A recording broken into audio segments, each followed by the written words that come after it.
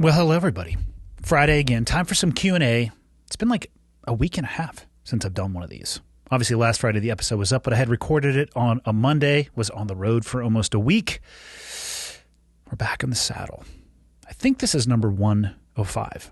So let's just get into it. Full Auto Friday, number 105. Here we go. Okay, got the red smoke. Gun run, north or south, west of the smoke, west of the smoke.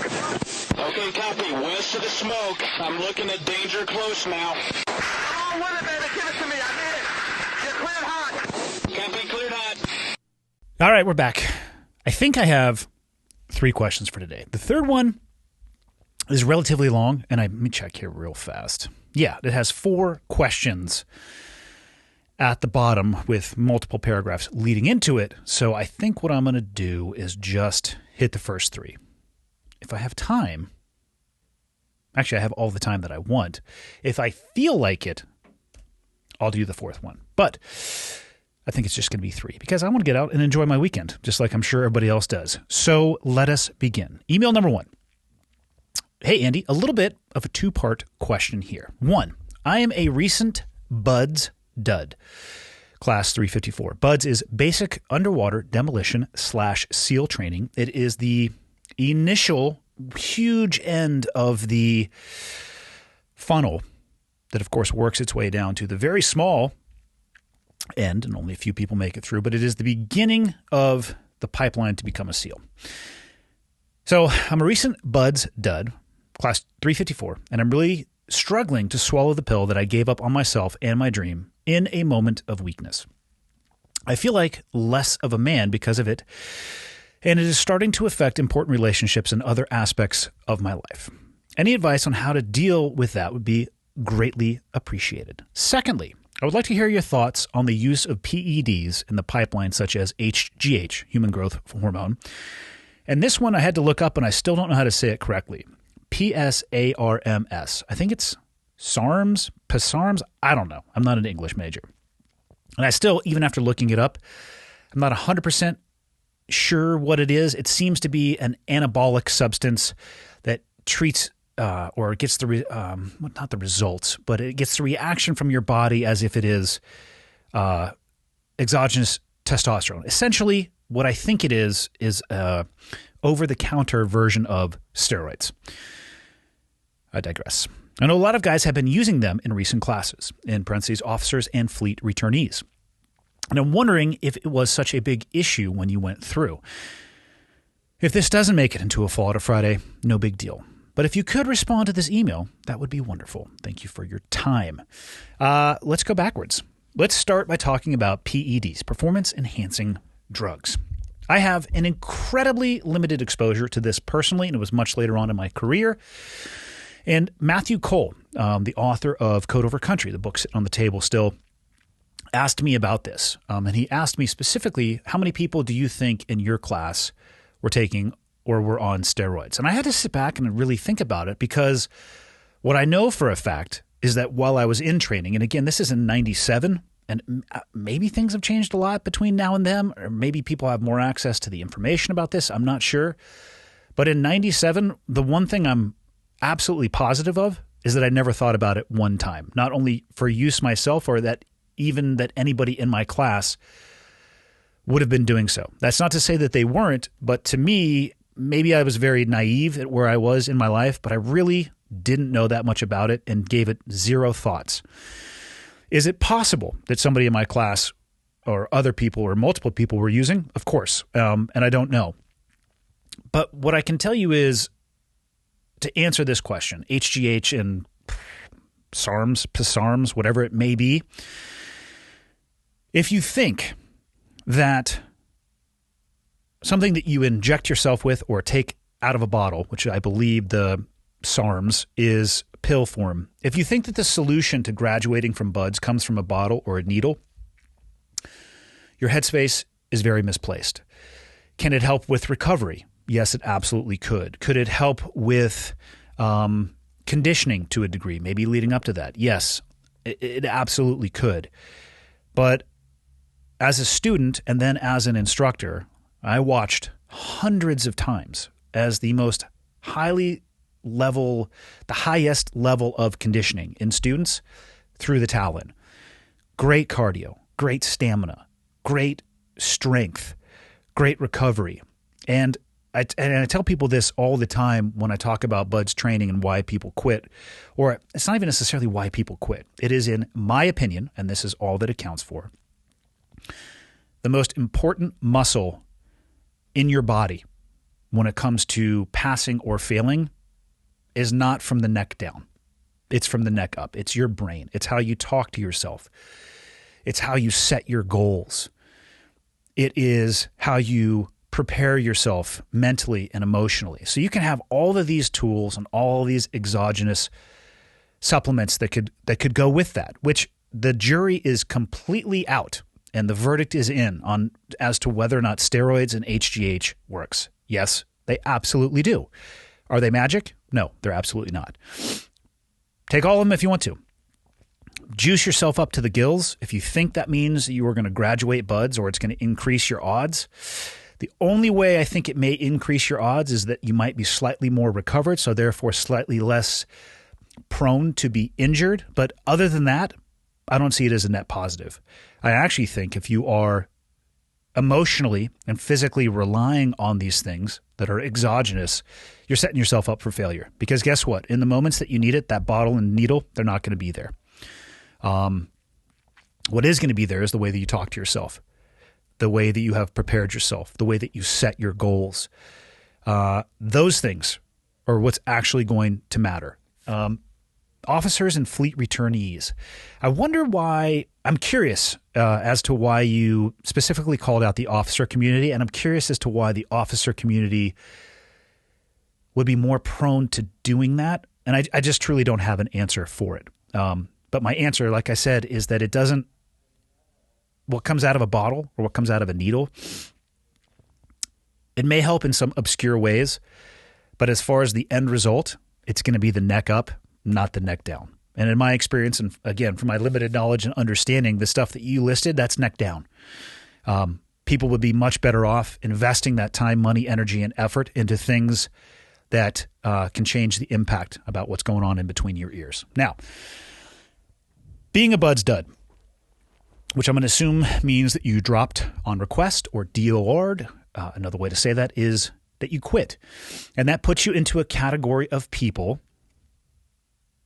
When you look at SEAL training, you are in the vast majority. The choice that you made is the choice that the vast majority of people make. I'd say 75% attrition in the summer months and up to the 90th percentile, if not into the mid-90s when it comes into the winter months because of the environmentals. The water's colder. The instructors can keep you in the water for longer. It is a different experience. There is not one that is better or, I guess harder that's a very subjective term.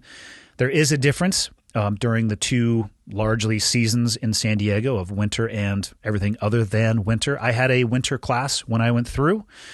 In summer classes, they will generally have more people that graduate. Those people are still amazing and fantastic. And I would caution people against really trying to say one that is necessarily more difficult than the other. I'd say they're different, but the curriculum does its job.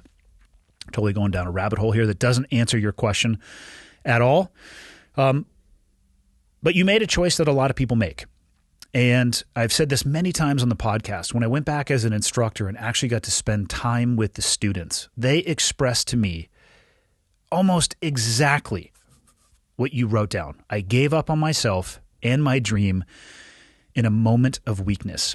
For clarity, again, in my opinion only, that's actually what the BUD/S curriculum is designed to do, in part, is to find what it is that challenges you. If you're a world-class swimmer, guess what? The obstacle course is probably going to kick your ass. If you're a world-class runner, well, getting into the ocean and doing a 2-mile ocean swim when you're relying upon your swim buddy to not only swim, but guide or navigate for you efficiently so you're not looking like an S-turn going inefficiently through the water, that's going to crush you. And if you're great at both of those things, Hell Week might just kick you right in the dick because you're exhausted and you've never been that tired or hungry or cold or the combination of all of those things. The curriculum is designed to suppress a human being to their lowest point. And by that, I mean a point that is much lower than they probably thought was humanly possible, and then give them the choice. Do you want to continue? Or would you like to ring this bell that, of course, is conveniently brought with you during Hell Week? Now, most of the time, the bell is sitting in the first phase grinder. In Hell Week, why would we need you to go that far? Let's just attach it to a truck so it's right there. And then, of course, right after you ring the bell, hot chocolate, blanket, fill in the blank. Whatever might be the most enticing thing to get a student to not want to lay in the ocean anymore and drink a hot cocoa. The way that you describe this and the emotion that I'm going to assume and guess is what you are living with right now is one of regret. And that is the emotion that almost every student who made the decision that you did has expressed to me as an instructor when I was there. And I've run into a few since then. And a lot of them are still dealing with that feeling of regret or an opportunity. They would give anything for the opportunity to make a different decision. And maybe that's where I'll start my answer, because that opportunity doesn't exist. My best advice for you, and I don't know what class they're on right now. I feel like 354 might be a relatively recent one, though. My best advice to you is this: give it some time. And I know I say that on a lot of answers when people write in, whether it's a relationship issue or something catastrophic that has happened in your life. But it's the best advice that I can give is maybe take a little bit of pressure off of yourself and allow yourself to work through whatever it is that just happened. Yes, if this was your dream and you just gave up on it, it's going to be rough and it is going to impact important relationships and other aspects of your life. So give yourself a little bit of time. By that, I don't mean 2 years of a pity party. I mean, give yourself a couple of weeks. And what I would recommend for you, somebody from the Buds pipeline who gave up, is you need to determine whether or not you want to go back and give it a second chance, which for those of you who don't know, if you quit in Buds, you can absolutely go back and attempt it a second time. There is a Medal of Honor, or there was at least when I was there, on the SEAL Team 3 quarterdeck from Mike Monsoor, a young man who jumped on a grenade on a rooftop in Iraq to save the lives of those around him. He made it through Buds on the second try. So there is no judgment or shame in an individual that goes back and tries Buds for a second time and makes it through. I can't think of a single time in 17 years in the SEAL community where I actually even asked somebody how many times it took them to make it through Buds. They show up, they have their trident, it's like, sweet man, let's go get the job done. So determine whether or not you want to go back. If you do want to go back, well, then guess what? That needs to be the singular focus of your life. And you need to identify exactly what happened and why you gave up, and make sure that you build up your mental armor and deficiencies. Fix the deficiencies that you can identify. And you need to be very, very clear and vicious with yourself in the feedback, determining what exactly happened. Because if you're not, it's going to repeat itself again. So you need to kind of strip yourself bare a little bit and then rebuild yourself back up. Physically and mentally train yourself to go back, and then, the advice that I've given on the podcast many times: keep your world small, focus on only one day at a time, maybe even one evolution at a time. Don't think about how far you are from, graduation or even the end of the day. Just do whatever you need to do to get through that day, and then you can reevaluate later. If you don't want to go back, the best advice I can give you is put the rock down and stop caring about what anybody else may think, because guess what? Fuck them.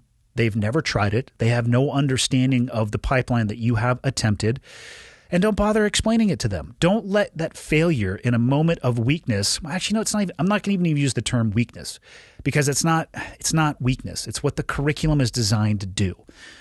Don't let a decision that you made, that you now realize is a decision that you wish that you hadn't made in a moment where you were in one of the lowest probably places that you've been as a person, define you for the rest of your life. It doesn't need to be on your business card. It doesn't need to be something that you tell people about. What it could do is provide for you a springboard going forward. And maybe it's in the critical feedback, that time that you take to realize what happened and why, maybe it's a springboard for you to look elsewhere, because maybe you will realize that that community perhaps wasn't for you. And now you can put that down and you can move on and you can move forward. It's the only thing that I can really advise for you. Getting a second chance back at buds is not guaranteed. So it's easy to say, hey, I'll just go back and try it again. You may not be able to. So you may be forced to, at some point, put that rock down and move forward. The people that I see struggle the most are the ones who are unable to do so. And you're going to have to find a way. You're going to have to find a way. Don't define yourself and who you are by the job title that you hold or the job title that you want to hold. Because at the end of the day, being a SEAL is exactly that. It's a job. It can never be and should never be who you are. It can be what you did, but at some point in time, you're going to be handing that uniform back. I mean, you do get to keep it, but I think you understand what I'm saying. You'll have to take it off. Maybe that'll be a better example. Put it in the closet and put something else back on. Those that struggle the most in the post-military career, same thing, are the ones that they can't let go of that. They want to be defined by something that they did, a job that they held, and I feel like it robs them of everything in front of them because they're spending their life looking in the rear view mirror. So decide what you want to do, and then from there, take action accordingly. Question 2. You've been doing Full Auto Friday now for 2 years. What have you learned while thinking about and giving your answer to other people's problems? And I'm going to add to that questions. Even though in my thought about this, I realized very often people are emailing me with their problems in the form of a question, which is why I added. And this question really got me thinking. What have I learned in the last 2 years? Well, the first thing is this. I'm shocked. This is not something that I've learned. I've been shocked about this from the beginning. I'm shocked at how many people actually will write in and ask for my opinion about things, because the number one thing that I have learned in the past 2 years, or that has been consistently reinforced, is the number of mistakes that I have made as a human being. A lot of the questions that people will write in about, whether it's about loss from a personal perspective, or failure at work, or failure in a relationship, or failure in a business venture, the number of times that they're not exactly situations that I have been directly involved with, but that they're really close and I can have a good connection. Like, oh, that hasn't exactly happened to me, but I sure remember when I failed doing this, or I sure remember when I failed doing that. It's been shocking to me to sit back and think at 44 years old how many mistakes I have made in my life.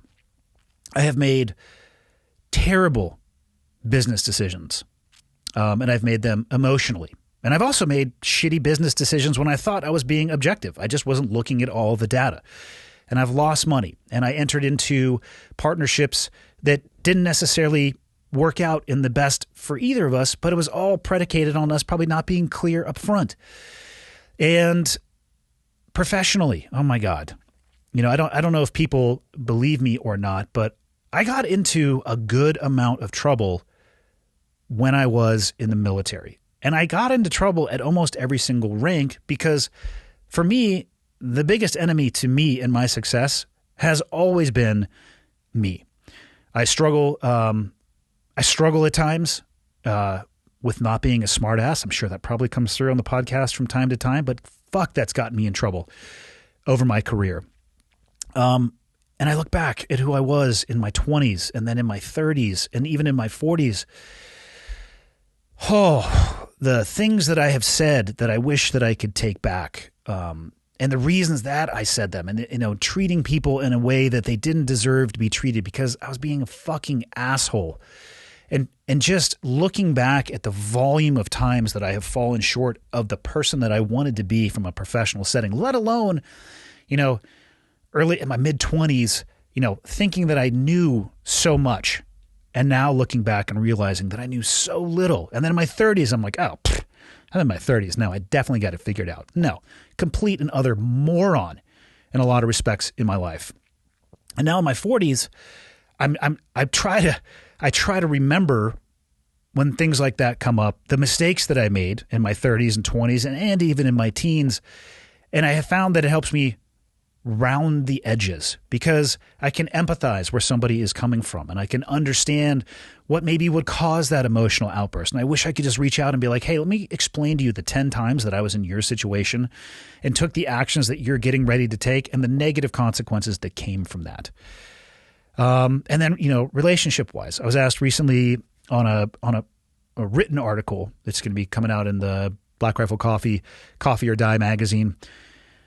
The person interviewing me said, what's the most difficult thing you've ever done in your life? And I suspect a lot of people would think, coming from a military background, they're like, oh, this SEAL training was the hardest thing I've ever done.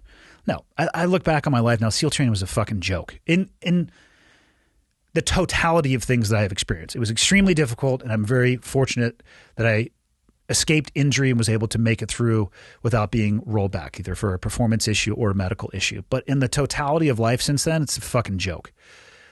The hardest thing I've ever done in my life, was go through a divorce that lasted almost 2 years, and the decision to leave that marriage. I was the one who made that decision. The decision to leave that, and the worry and stress and fear that it was going to have a negative impact on my kids or whether or not I was going to be able to survive that as a person, and the negative self-talk, the doubts, it was by far the hardest thing that I've ever done. And that ties back into thinking about and giving answers to other people's questions. Like, I'm not a relationship expert by any stretch of the imagination, but I can empathize to at least a degree the things that people are going through because of the things that I have gone through. And again, almost everything that I have gone through in my life that has been negative has been my fault completely. Jocko does a great job of talking about extreme ownership, and I could not agree with that more. Of course, sometimes there are external circumstances that you can't control. You can control yourself, obviously, but I'm talking about the times where I was an ass clown and got myself well out in front of my ski tips and then augured in. 99.9% of the time, that's been the case. So the biggest thing is that I have learned about myself is that I didn't realize how. Actually, I take that back. I've never thought that I've been a perfect person because I don't think perfection is possible. I guess it's a consistent realization of how imperfect I have been.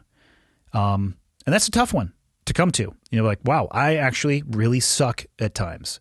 And I really fall short of who I want to be and who I know I can be at times. Now, there's two ways that you can take that, right? The way that I choose to take it is motivation. I do try to learn from my mistakes.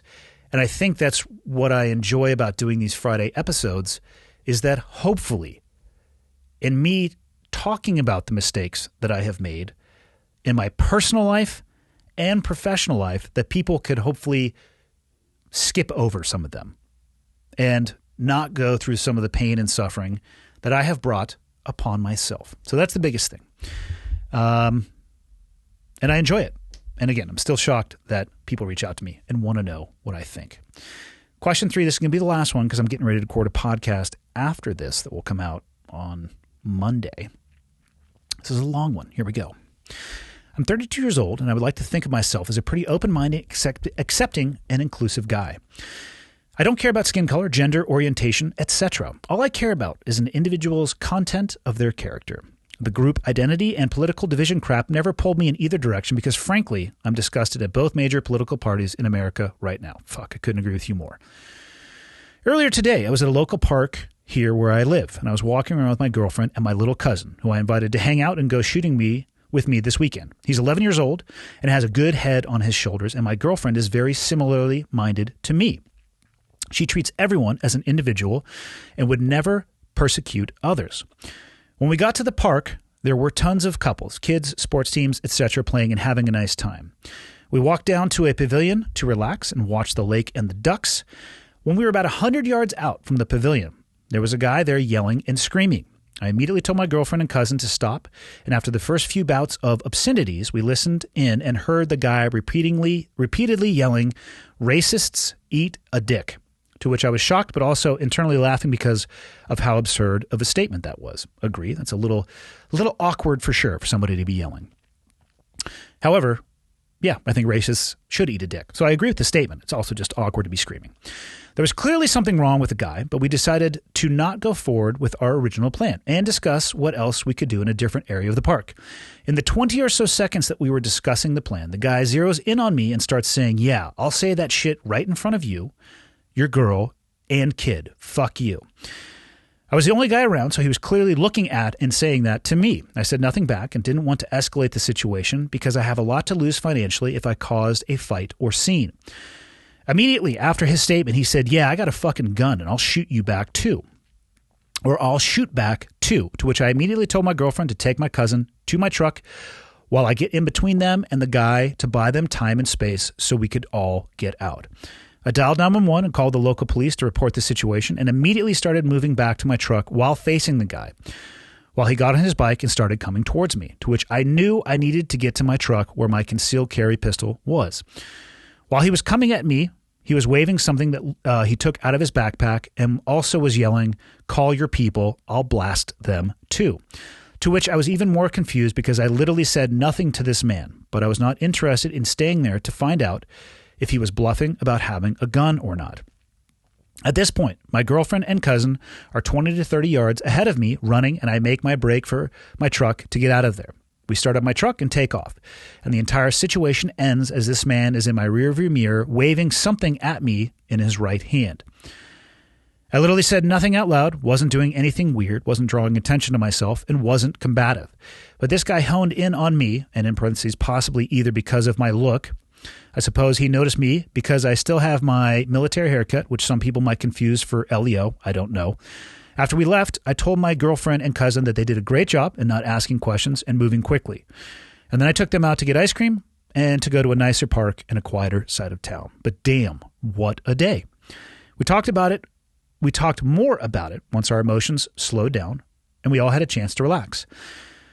My girlfriend now is even more on board with getting her concealed carry permit, and my cousin was blown away that someone could be an anti-racist but simultaneously a homophobe, in parentheses, which also surprised the fuck out of me too.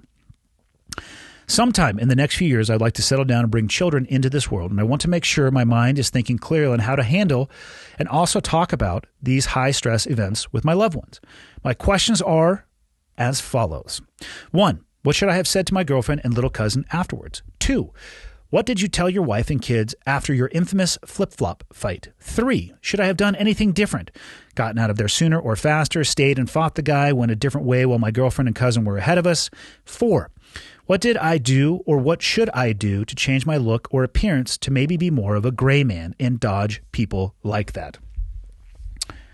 Your outside-of-the-box unconventional thoughts on this would be greatly appreciated. So, damn, huge email, interesting situation, great talking points, though, and great questions. I'm going to open with this before we go any farther. If you have a concealed carry permit and you leave your gun in your truck and you are not in your truck, you're fucked, right? It is better to have and not need than need it and not have it. And I'm not recommending that you make a moonroof in this guy's face, but what I'm saying is, let's say he had pulled a gun out of his backpack while he was on his bike, which is the literal definition of a fuck show, because he was having some sort of mental health crisis or a mental break, possibly paired with substances, all right? What would you have been able to do about that? Nothing.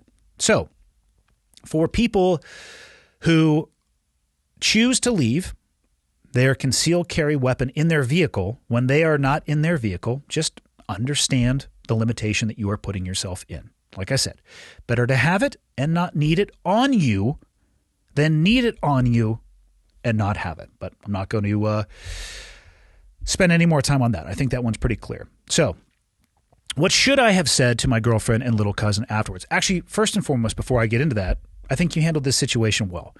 When it comes to this, and I read this, and you are talking about how this person was behaving and what they were saying, it is very clear that this person is not living their best life, right? So probably a mental health crisis, maybe a little bit crazy, pair that with substances of some kind.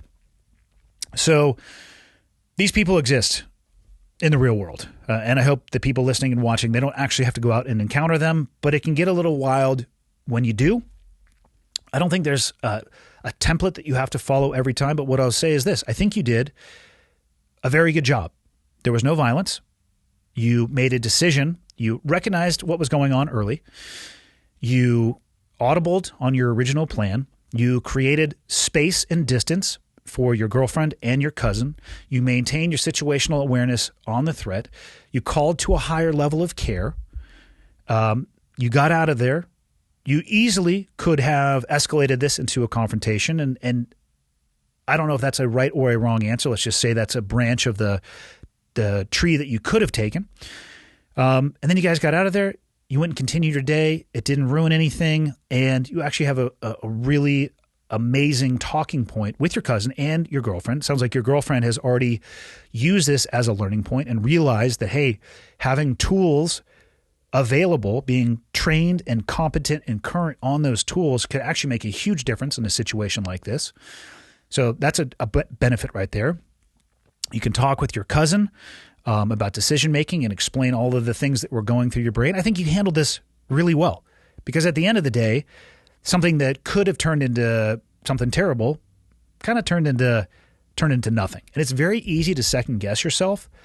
But let me just tell you, had you had your concealed weapon on you and the individual had continued to close distance and you actually might have drawn that thing and shot him, you would have been second guessing yourself then as well. So I think, in my personal opinion, you did a great job because at the end of the day, hopefully the cop showed up and dealt with that guy and you went and got ice cream. I mean, that's a win-win. Okay, so what should I have said to my girlfriend and little cousin afterwards?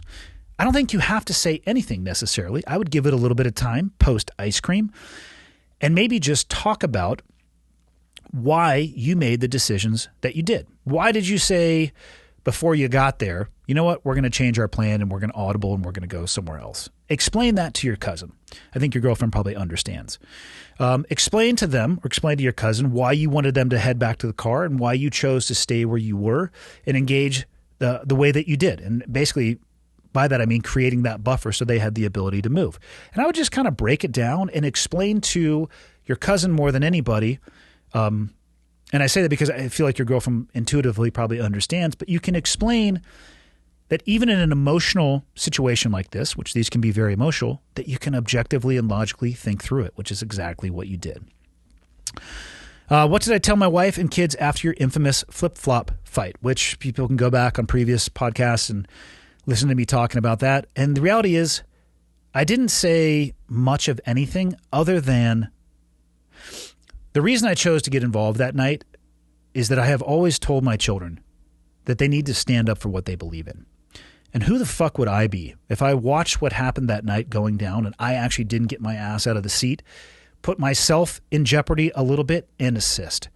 What I would have been is a liar because I would have been asking my kids and telling my kids to do something, and I would have created a shit example myself. So the only thing that I said to my kids when I sat back down is I made sure that they were doing okay. My daughter was a little bit distraught. And I just said to them, sometimes in life you are put into a position where you have to make a decision or you are presented with the ability to make a decision to do the right thing. And it's not always the easiest thing to do, but that's what you need to do. I want to raise my two sons and my daughter to be amazing human beings. And when presented with that opportunity, they step into the breach as opposed to avoiding it. So I just reinforced that that's why I did what I did. And then we ate our dinner and had dessert and moved on. Should you have done anything different? Maybe. And that's the best answer that I can give you. Any difference in your behavior could have netted this being a different outcome. Could you have gotten out of there sooner or faster? Maybe you could have. And I guess as far as I'm not going to give you a critique, but the farther away, distance matters. Distance matters. It gives you so much more time to make a decision. I would say that the instant you recognize this is an area that you don't want to be in, so maybe even from a farther distance away, change your mind and get out of there. So you probably could have left a little bit earlier, and perhaps that would have given this individual an opportunity to focus their attention elsewhere, but who really knows? It sounds like this person was actually looking for a confrontation, and you happen to be the most readily available target. And if you had made that decision farther away, maybe that distance would have bought you some more time. Who really knows, though? Could you have stayed and fought the guy? You could have. You know, what I'm about to say is not a recommendation that I necessarily advocate for most people. Sometimes when people are like this and they are trying to play the antagonist, they are playing on the fact that very often people won't push back.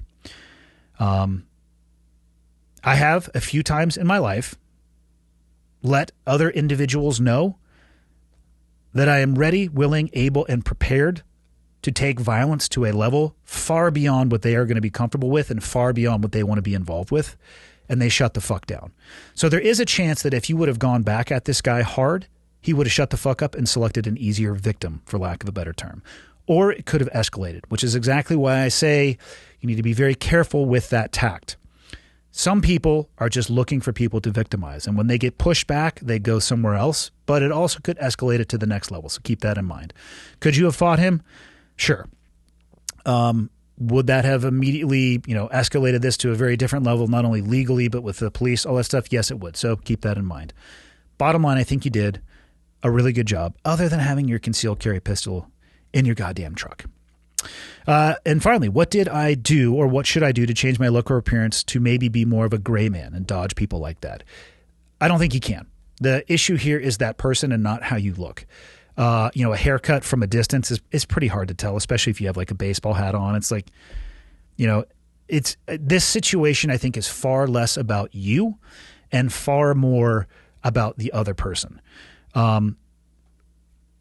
In general, though, like if you want to be more of a gray man, just avoid anything that looks tactical, right? Don't have like T-shirts like Molan Labe with the fucking Punisher skull underneath it, and like, don't tread on me. And again, I'm not judging anybody who wears those things, but just for somebody who wants to blend in a little bit more, avoid the cargo pants and shorts that have 17 different pockets and, things that appear to be LEO or military specific. Wear whatever you want to wear, and if you like wearing those things, by all means do, but just realize it might actually illuminate you a little bit more on other people's radar.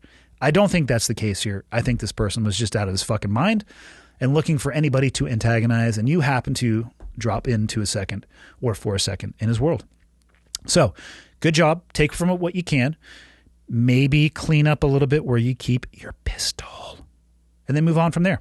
And also, take your cousin out shooting, introduce him to firearms, like you said you're already going to, and you can explain, and it's another teaching point. Talk about how tools can actually really level the playing field. And that's it. That's all I have for this Friday. See y'all on Monday.